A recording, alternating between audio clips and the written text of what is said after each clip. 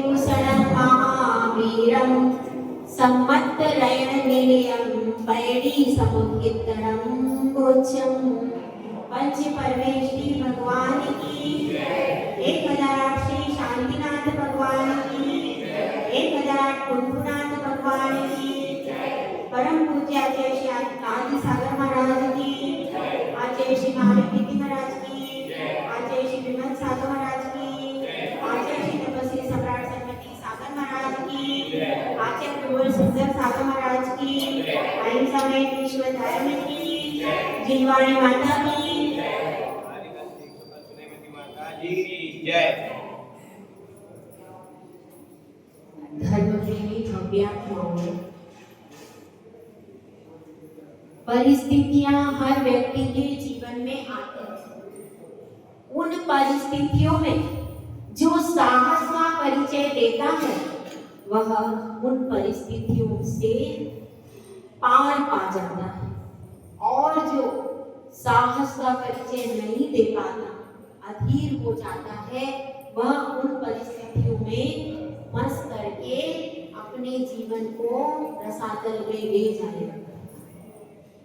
कर्म हर जीव के साथ है, इसीलिए विपरीत परिस्थितियां सबके जीवन में आएंगी। महान पुरुषों के जीवन में भी विपरीत परिस्थितियां आती हैं, लेकिन विपरीत परिस्थितियां आने के बाद भी वे साहस से उनका मुकाबला करते हैं। और जो कमजोर जीव रहते हैं, जो साधारण व्यक्ति रहते हैं, वे उन परिस्थितियों में साहस का परिचय नहीं दे पाते। यही अंतर होता है। और जैसे जैसे हम परिस्थितियों का सामना करते जाते हैं, वैसे वैसे और ज्यादा साहस भी आता है। साहस कैसे आता है कि जिस एक परिस्थिति से आपने मुकाबला किया, उसके बाद फिर और साहस आ जाता है दूसरी परिस्थिति से मुकाबला करने का।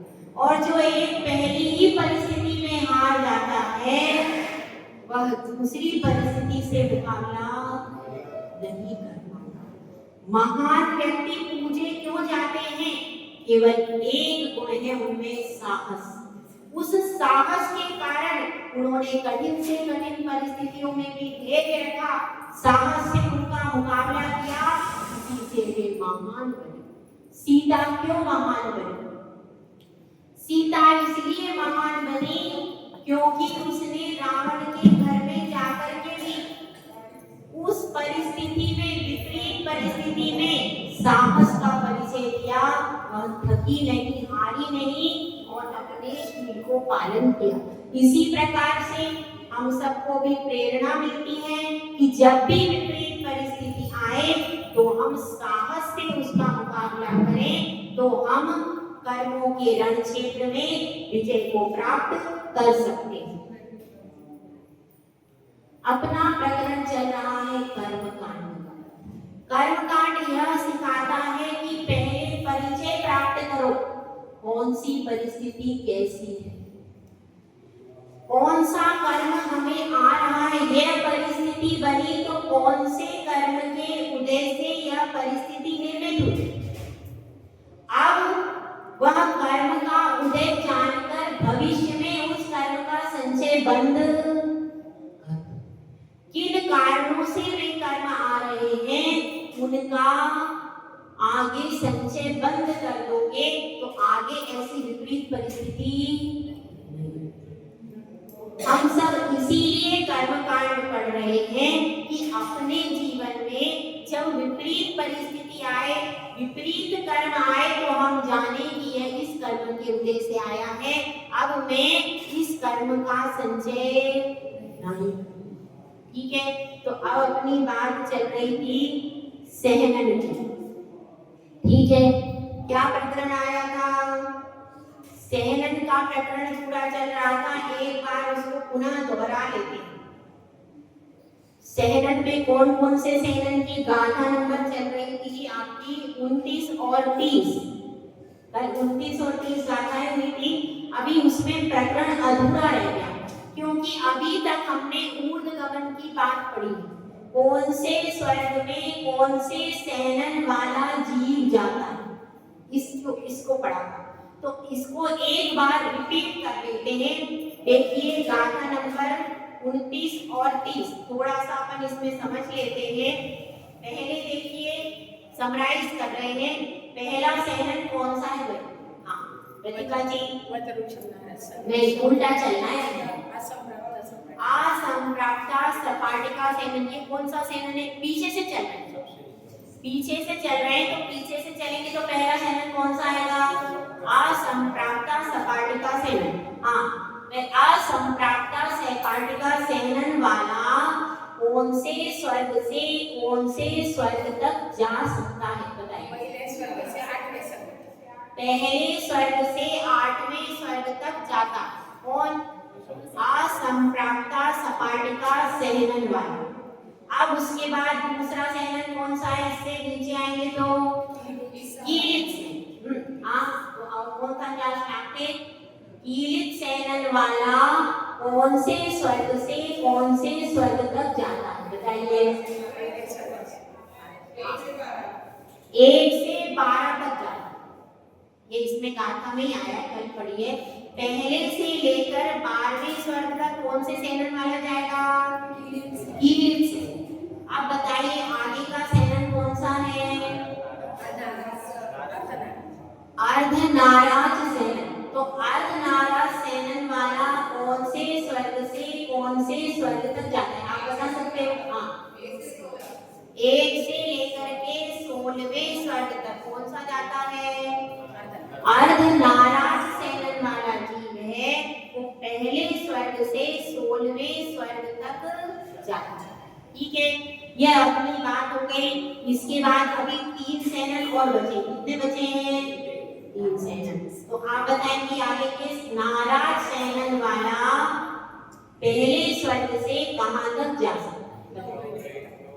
नवग्रह। पहले स्वर्ग से नवग्रह पर्यंत जा सकता है। कौन सा? नाराज सेनन वाला। और वर्ज नाराज वाला कहां तक जा सकता है? पहले स्वर्ग से नु अनुदिश तक जा सकता है। कौन? वर्ज नाराज सेनन वाला।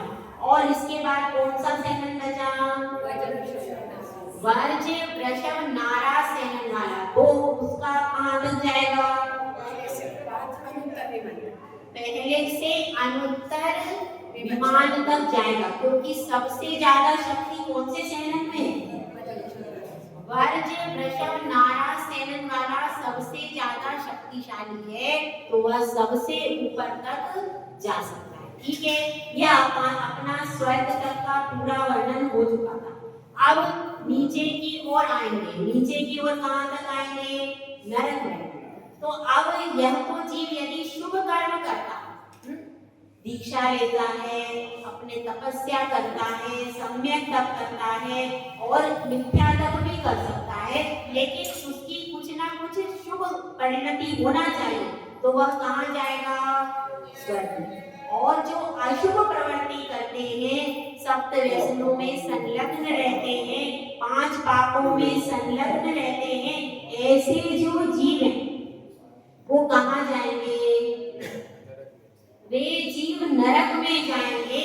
तो अब अपन आगे यह देखेंगे कौन से नरक में कौन से सेनन वाले जीव। ठीक है, अब देखिए आगे आ रही है 31 नंबर की गाथा। अपन ने 30 तक पढ़ लिया था कल, आज 31 गाथा का उच्चारण करेंगे। सरणी चरणो वज्यति मेघं तलो परं चावि सेवठादिरहितो पण चतुरेग संघटनो। इसमें बताया गया है संगी जीव 6 संगठनों 6 सेनन से संयुक्त है। लेकिन कौन सा जीव है? असंगी नहीं, संगी जीव है और उसके 6 सेनन है, तो वह कहां तक जा सकता है? तीसरे नरक का नाम क्या है? धम्मा वंशा मेघा। और अगर अपन वो पृथ्वी के हिसाब से लगाए तो कौन सा होगा? बालका प्रभा। ठीक है ना? धम्मा वंशा मेघा यानी पहले से लेकर के तीसरे नरक तक जाएगा। कौन सा जीव है? 6 सैननों से युक्त संगी जीव जो है। उसके आगे क्या होता है? उसके आगे आपको बताया है पणपण यानी सैनन कितने बचे? कितने सैनन बचे? एक सैनन कम करते जाओ, फिर लिखा है ना चतुरेक सैननों। इसका मतलब क्या है? अब एक सैनन कम करो तो 6 में से 1 कम किया तो कितने बचे? 5 सैनन बचे। तो वह उससे आगे जाते, जैसे अब 5 सैनन वाला जीव जो है, अब उसमें कौन कौन सा सरपाटिका सैनन भी आ गया, तो श्रेपाटिका सैनन हटा देना। पहला सैनन था उसको माइनस कर देना, उससे रहित 5 सैनन बचे। कौन कौन से बचे भाई? वज्र नारद सेना हीलित से लगाइए नीचे हीलित सेना नारद सेना नारद सेना और वज्र नारद सेना और नारद से पूरे 5 लगाने। वज्रऋषभ नारद नहीं, 5 लेना है। 6 में से 1 हटाना है। 1 कौन सा हटाना है? असंप्राप्ता सपाटिका सेन, केवल 1 माइनस करना है, बाकी सब रहे। बोलिए हीलित सेना फिर अर्ध नारद फिर नारद वज्र नारद वज्रऋषभ नारद सेन 5 ये सैनन हो जाएंगे आपके। तो 5 सैनन है। 5 सैनन वाला जीव कहाँ जाएगा? 5वीं पृथ्वी तक जाएगा। ठीक है? 5 सैनन वाला जीव 5वीं पृथ्वी तक। अभी तक पहले तो तीसरे तक जा रहा था, अब कहाँ तक जा रहा है? 5 सैनन। बिल्कुल इजी।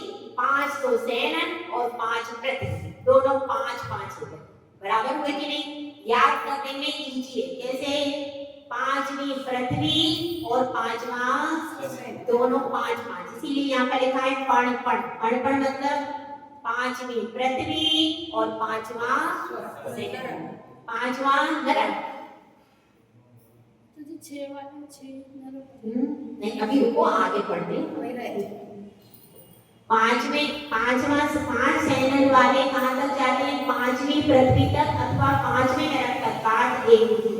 उसके आगे क्या पढ़ेंगे? उसके आगे क्या बताया है? और अर्धनारा सैनन।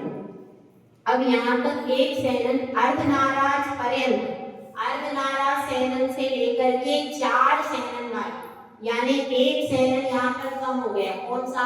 हीलित सैनन। अब 2 सैनन कम हो गए। कौन कौन से? श्रपाटिका सैनन और कीलित सैनन। अब कौन सा सैनन है? अर्धनारा। अब अर्धनारा से आगे लेना है। कौन कौन से सैनन बचे बताइए?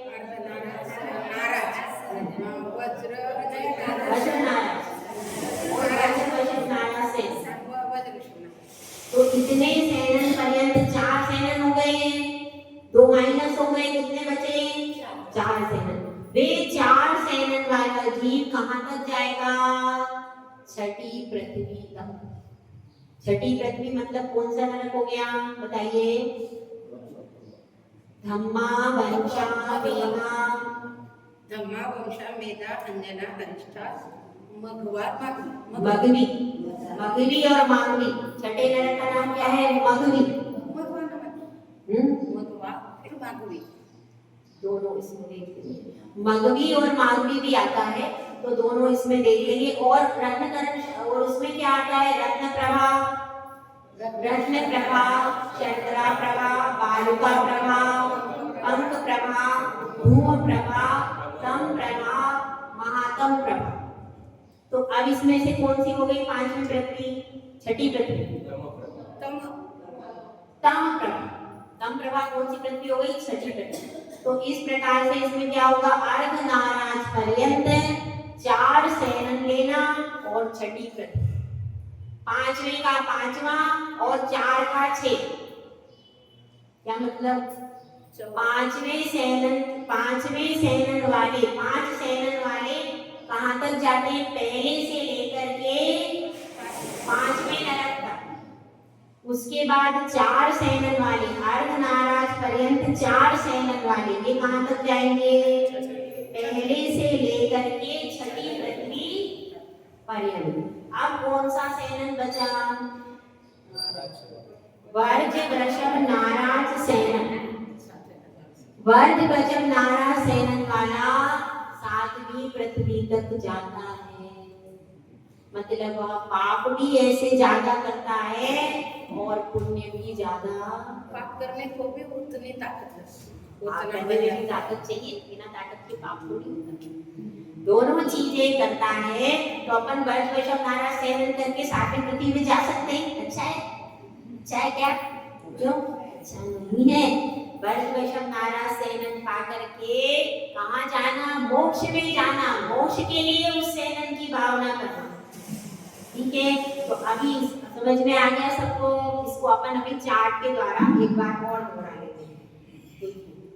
चार्ट के द्वारा इसको समझते हैं कि पहले अपन नरक का समझते हैं। पहले सैनन वाला कौन सा है? असंप्राप्ता सपाटिका सैनन। 6 सैनन से 6 सैननों से युक्त होगा तो कहाँ तक जाएगा? अभी स्वर्ग की नहीं पूछ रही, नरक का पूछा। हाँ बताइए। पहले से लेकर के तीसरे नरक, मतलब तीसरे नरक से आगे नहीं जाएगा। उसके बाद बताइए, अब अपने को एक सैनन छोड़ देना। कौन सा? सपाटिका सैनन। या एक छोड़ दिया तो सैनन कितने बचे? 5 सैनन से युक्त जीव कहाँ तक जाएगा? बताइए। 5वें नरक तक 5 सैनन से युक्त जीव जाएगा। और अब उसमें से एक और हटा देना है। कौन सा? कीली सैनन हटा देना है। तो बचेगा कौन सा? अर्धनाराज पर्यंत 4 सैनन। अब अर्धनाराज पर्यंत 4 सैनन वाला जीव कहाँ तक जाएगा? 6ठी पृथ्वी। उसके बाद पहले से 6ठी, पहला तो गिनना ही है, ऐसा नहीं अपन 6ठी समझ ले तो पहली से 6ठी तक। और वर्ज वृषभ नाराज सैनन वाला उसको सब जगह पहले से लेकर के 7वें तक कोई रोकने वाला नहीं है। 7वें तक आप आराम से जा सकते हो। तो इस तरह से अपने को यह भी समझना है अपना सैनन कौन सा है, अपन कहाँ तक जा सकते हैं। अपन कहाँ तक जा सकते हैं इसमें नरक में? तीसरे तक। तीसरे से आगे नहीं जा पाएंगे। और स्वर्ग में कहाँ तक जा सकते हैं? पहले से 8वें तक जा सकते हैं। किसमें? स्वर्ग में। और नरक में पहले से तीसरे तक जा सकते हैं, उसके आगे नहीं जा सकते। ठीक है, तो अब यह किस का बात हो गई? सैनन से यह जीव कहाँ तक जा सकता है? स्वर्ग का भी विवरण हो गया, नरक का भी विवरण हो गया। अब अपन आगे चलते हैं। आगे बताया है महिलाओं को कौन कौन से सैनन होते हैं। अंतिम तिग संघटनम सुदौ पूर्णकम भूमि महिलाड़म आदिम तिग संघटनम नत्तिति जिणेहि तीर्थम अंतिम तिग संघटन मतलब सैनन रहते जितने कर्म भूमि में अंतिम 3 सैनन होते। किसको? महिलाओं, स्त्रियों को कर्म भूमि में अंतिम 3 सैनन ही होते हैं। जो 3 सैनन हैं उत्कृष्ट वाले वे नहीं होते। तो कौन कौन से 3 सैनन हो गए भाई? नहीं, शुरू से लेना है। यहाँ पे शुरू का काम है। वर्ज वृषभ नाराज सैनन नहीं होगा। हाँ, वर्ज नाराज सैनन नहीं होगा। और अर्धनाराज, कीलित और असंप्राप्ता सपाटिका सैनन, ये 3 सैनन होंगे। और वर्ज वृषभ नाराज सैनन, वर्ज नाराज सैनन और नाराज सैनन भूमि की महिलाओं को नहीं रहे। नहीं होगी। यही बात इसमें कही गई। समझ में आ गई बात? एक बार फिर से रिपीट कर लेते हैं। कर्म भूमि की महिलाओं को 3 हीन सेनन ही होते हैं। मतलब क्या हुआ? इसका मतलब यह हुआ कि 3 उत्कृष्ट सेनन नहीं होते। तो कौन कौन से सेनन होंगे? अर्धनाराज, कीलिट और असंप्राप्ता सपाटिका। ये तीनों कौन से 3 नहीं होंगे?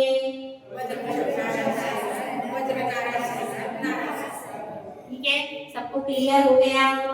ठीक है, तो अपना भी हिसाब किताब अपने को पता चल जाता है कि अपने को 3 ही सेनन होते हैं, दूसरे 3 सेनन नहीं होते। ठीक है, अब इसके बाद देखिए आगे बता रहे उष्ण स्पर्श आतप और उद्योग प्रकृति का लक्षण। गाथा नंबर 33 देखिए।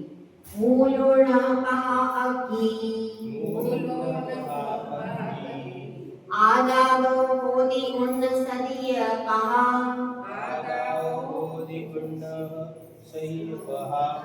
आइच्छे तेरिच्छे गुणगुणपः ऊर्जो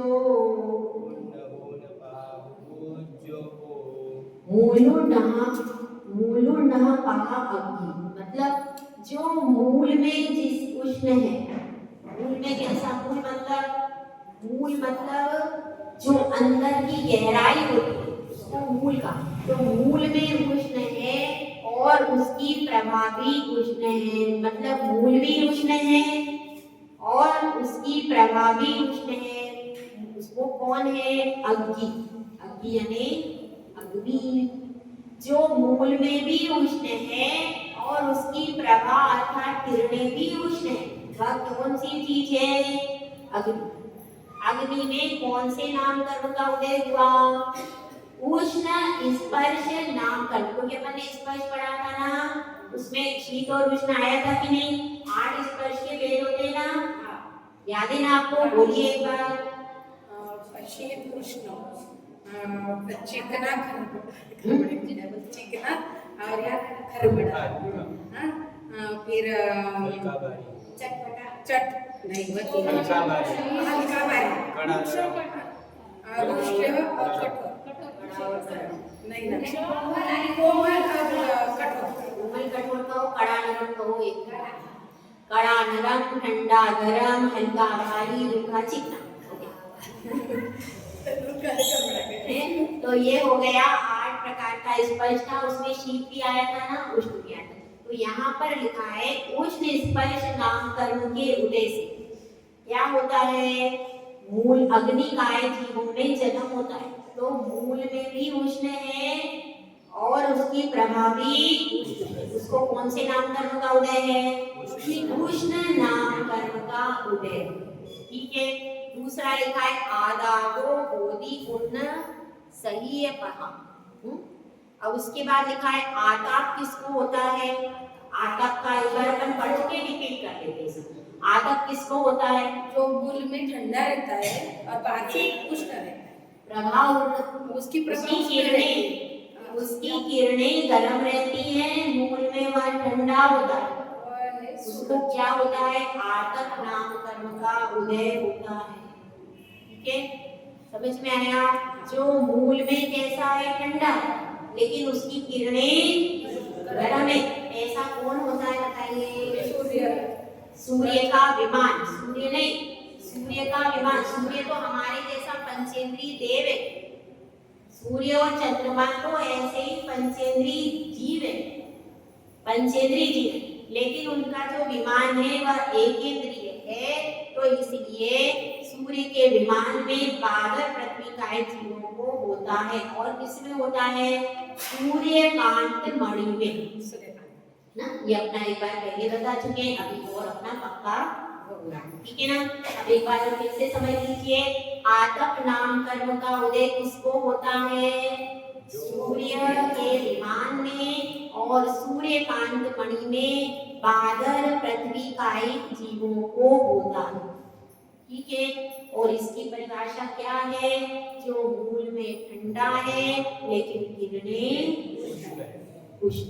समझ में आ गया? एक बार आप रिपीट कर दीजिए। जो मूल में ठंडा होता है और जिसकी प्रभा या किरणें उष्ण होती है वह आता नाम का कर्म।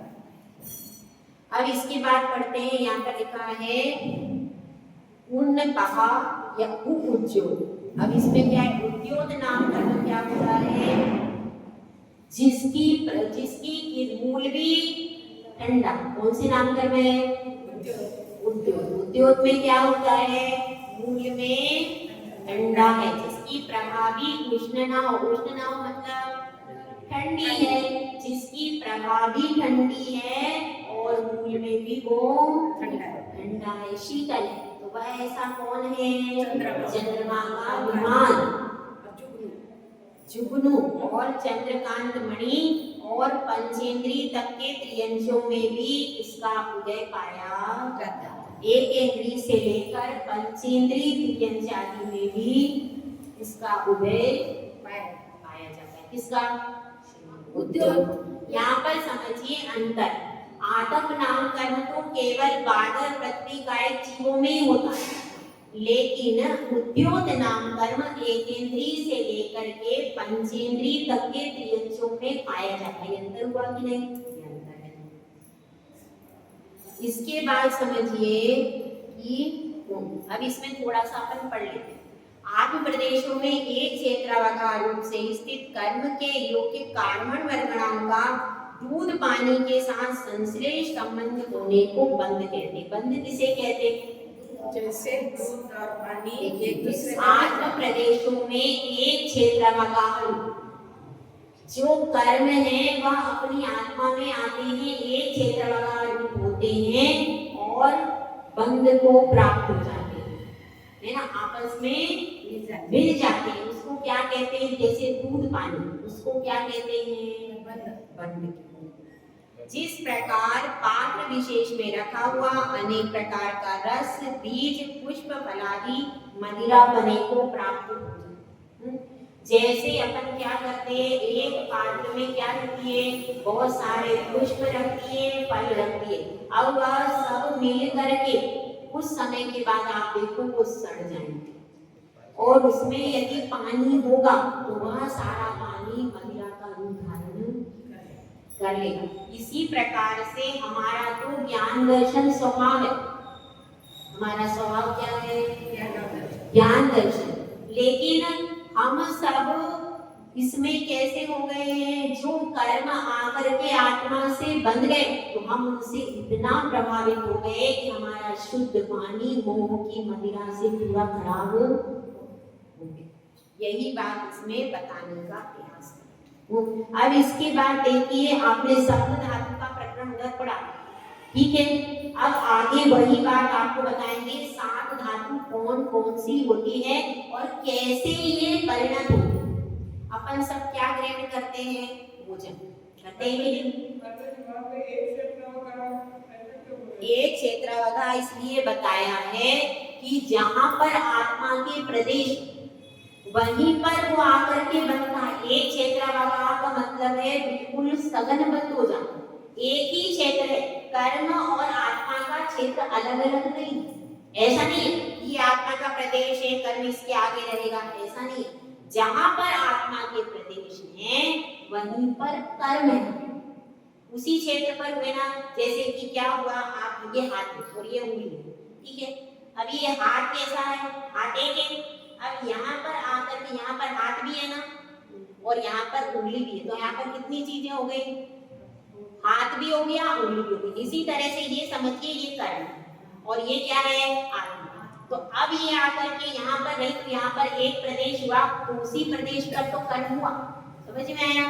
तो इस तरह से एक क्षेत्रावगा संबंध हो जाता है, जहां पर आत्मा के प्रदेश है उसी क्षेत्र पर वह कर्म रहता है। दोनों चीजें एक साथ रहती है, इसीलिए उसको एक क्षेत्रावगा संबंध कहते हैं।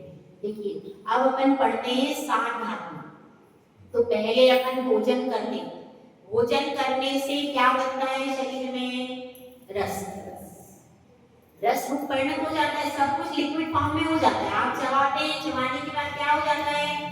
पूरा रस भाग बन जाता है और पूरा रस होकर के पूरे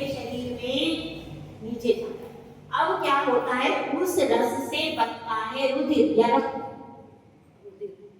उस रक्त से और भी चीजें बनती है, रुधिर भी बनता है और उससे वेस्टेज मटेरियल भी वो पूरा निकालता है, सब कुछ करता है। लेकिन अपने लिए उपयोगी चीज क्या है? रुधिर, जो कि हमारी धमनियों में बहता है और जिससे हमको शक्ति मिलती है। तो रस से क्या बना? पहली धातु रस, दूसरी क्या हो गई? रुधिर। पहली धातु का नाम क्या हो गया? रस। दूसरी धातु का नाम रुधिर। तो रस से क्या बना? रुधिर बना। रस से रुधिर बना। अब उस रुधिर से बन गया मांस। मांस बनता है। मांसपिंड आप जानते हैं, जो कुछ है ये सब मांस ही है इसमें। तो रक्त से क्या बना? मांस बना।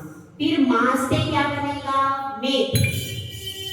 मांस से मेद बनेगा।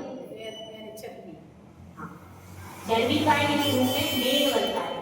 मांस से मेद बनेगा, यानी मांस थोड़ा सा चिकन वो होता है और ये कठोर होता है।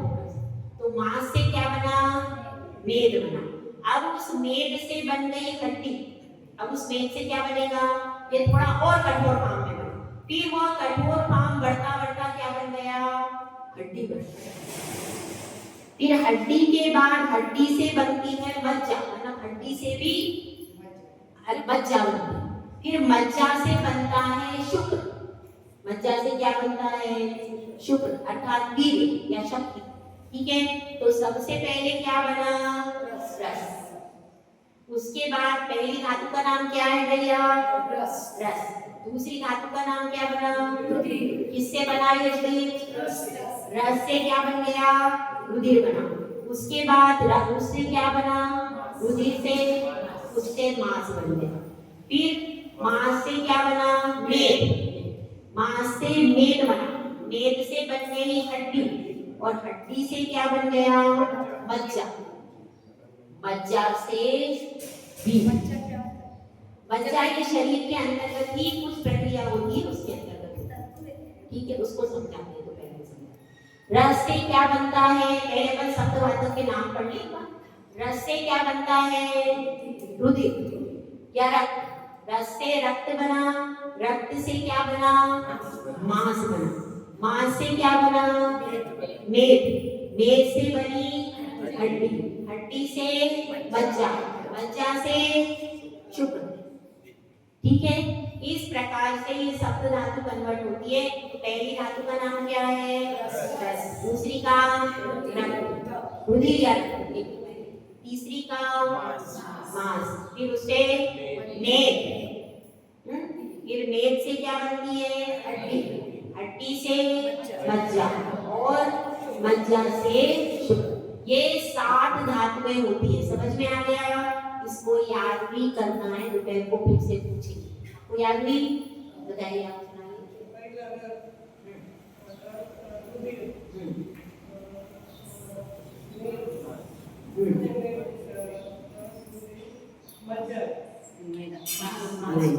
मांस बनता है। मांस हाँ नहीं थोड़ा सा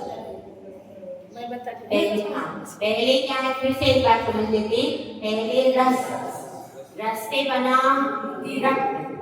रक्त या रुधिर। रस से रुधिर समझ। रस से रुधिर बना। रुधिर से क्या बना? मांस। रुधिर से क्या बनेगा? सबसे पहले मांस। मांस से क्या बनेगा? मेद। ये दोनों मां साथ में समझ। मांस से मेद। ठीक है, ये दोनों मां वाले हैं। मांस के बाद क्या आएगा? मां वाला मेद। तो मांस से हो गया मेद। अब मेद से क्या बनेगी? हड्डी। हड्डी से बनेगी मज्जा और मज्जा से बनेगा शुक्र। अब आप एक बार रस से बनेगा रुधिर। रुधिर से बनेगा मांस। मांस से बनेगा मेद।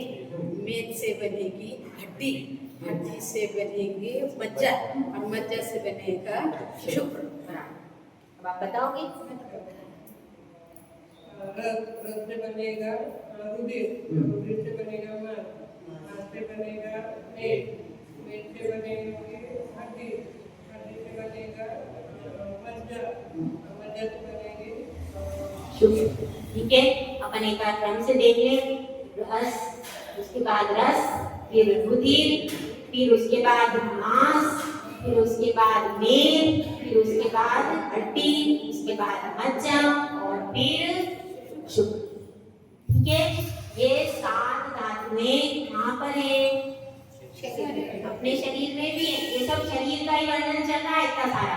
देखो कितना वर्णन चल रहा है, पूरा शरीर नाम कर्म के अंतर्गत, शरीर के अंतर्गत ये सारी चीजें है ना।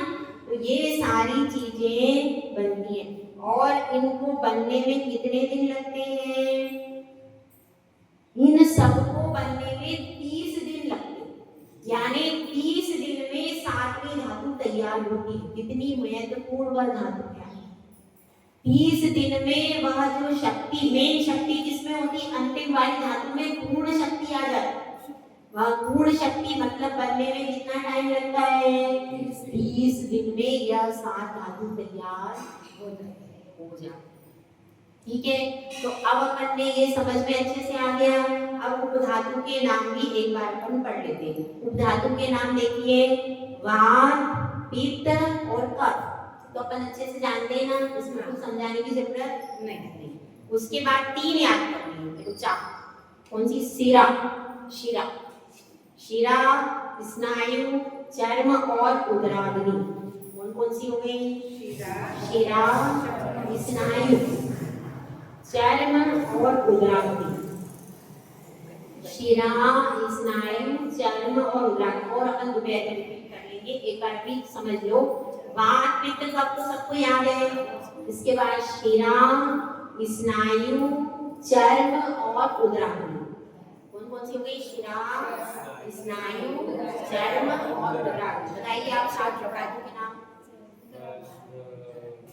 आपका पहला सबसे आता है वात, वात, पित्त, कफ, शिरा, स्नायु, उदराग्नि और चर्म।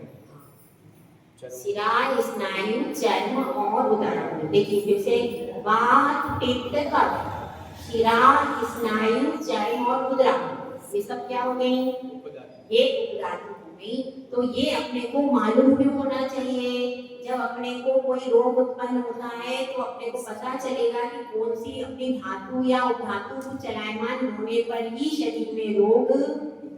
यदि यह धातु उपधातु चलायमान नहीं हो रही तो रोग की उत्पत्ति नहीं।